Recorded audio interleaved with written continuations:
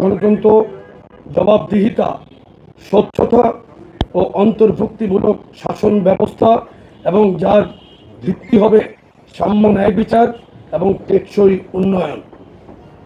এই লক্ষ্য সামনে রেখে বিএনপি এবং এর সকল অঙ্গ ও সহযোগী সংগঠনসমূহ সারা দেশে ছুটে যাচ্ছে জনগণের দুয়ারে, তৈরি করছে গভীর জনসম্পৃক্ততা।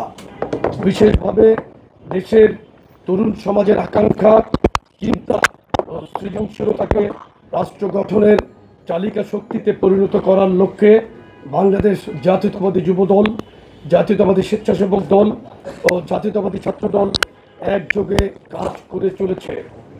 আমরা চাই দেশব্যাপী বিস্তৃত সাংগঠনিক কাঠামোকে কাজে লাগিয়ে কোটি কোটি তরুণীর জীবনে আশার আলো জ্বালাতে, যাতে তাদের জীবনের ভাগ্য পরিবর্তন হয়, সমস্যার সমাধান ঘটে এবং ব্যক্তিগত ও পারিবারিক উন্নয়ন ঘটে। আমাদের লক্ষ্য কেবল একটি রাজনৈতিক উদ্যোগ গ্রহণ নয়, বরং একটি উন্নয়ন ও উৎপাদনমুখী তথা জনবান্ধব সরকার ব্যবস্থার প্রয়াস, যেখানে তরুণরা কেবল ভোটার নয়, বরং আগামী নীতি নির্ধারক, চিন্তাশীল অংশীদার ও ন্যায়ভিত্তিক রাষ্ট্র কাঠামোর নির্মাতা। ওয়ালটন আবারও মিলিনিয়ার অফারে ওয়ালটন ফ্রিজ কিনে আপনিও হয়ে যেতে পারেন মিলিয়নিয়ার।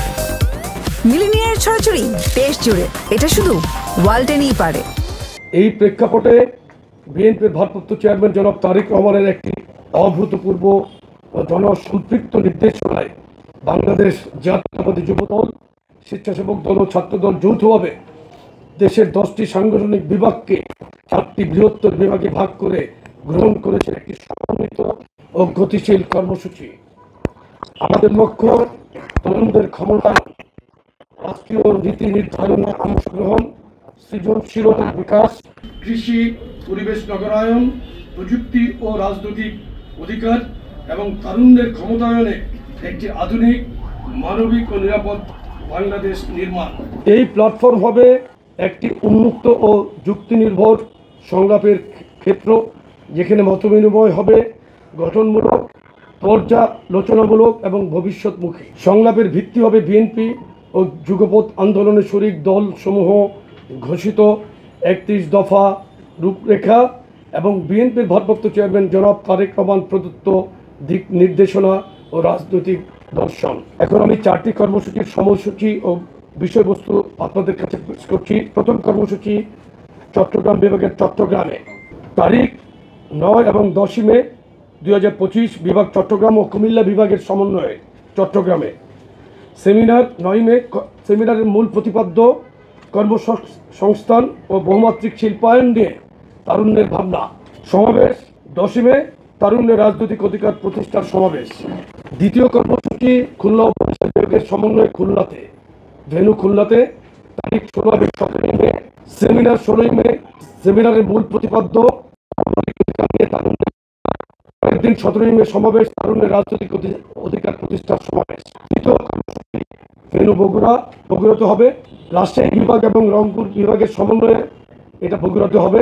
23 এবং 24 তারিখে আমাদের কর্মসূচি। প্রথম কর্মসূচি সেমিনার 23 মে, সেমিনারের মূল প্রতিপাদ্য কৃষি উন্নয়ন, পরিবেশ রক্ষা ও নাগরিক সমস্যা নিয়ে তারুণ্যের ভাবনা।